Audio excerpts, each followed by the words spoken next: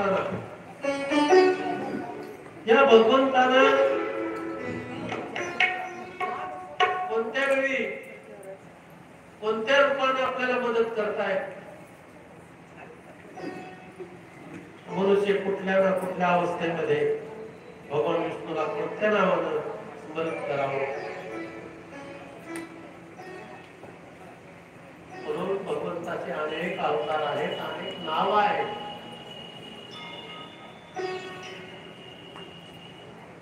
जर आजार असेल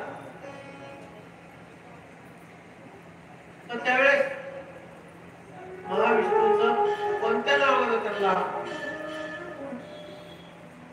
बोलवावं, त्याचं स्मरण करावं, नामजप करावं? अच्युत अनंत गोविंद नारायण आहे, हे विष्णूचं स्मरण. जेवताना कोणत्या नाव घ्यावं त्या विष्णूचं? जनार्दन. झोपताना काय नाव घ्यावं त्या विष्णूचं? पद्मनाभ. विवाहाच्या वेळी प्रजापती आणि युद्धाच्या वेळी चक्रधर, यात्रेच्या वेळी त्रिविक्रम, आणि ज्यावेळेस आपला देह जातो, देहातून प्राण सोडतो, त्यावेळेस नारायण. म्हणून हे नारायण भाव शेवटाला नारायण नाव घ्यावं. आणि ज्यावेळेस दुःख स्वप्न पडतं त्यावेळेस गोविंद गोविंद म्हणून स्मरण करावं.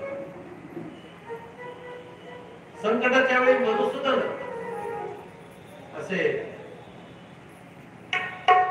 आणि जर आपण प्रवासाला निघतोय आणि प्रवासाला जात असताना ओम नमो भगवते वासुदेवाय कमीत कमी 108 वेळेस तरी स्मरण करावं, चिंतन करावं आणि प्रवासाला निघावं. आपला सुखाचा प्रवास होतो. आणि जो मानव देहामध्ये आहे, आपण मानव आहोत, म्हणून रोज कमीत कमी 12 माळा ओम नमो भगवते वासुदेवाय हा जप करावा. त्याचं कारण काय आहे? जे काही दोष असतात, आपण ग्रस्ती आहोत, कळत नकळत आपल्याला आपल्यातून चुका होतात, पण आपल्याला त्या समजत नसतात. त्या दोषाचं निरसन व्हावं, आपला देहरूपी प्रवास सुखाचा व्हावा, याच्यासाठी ओम नमो भगवते वासुदेवाय. नमो भगवते वासुदेवाय. ओम नमो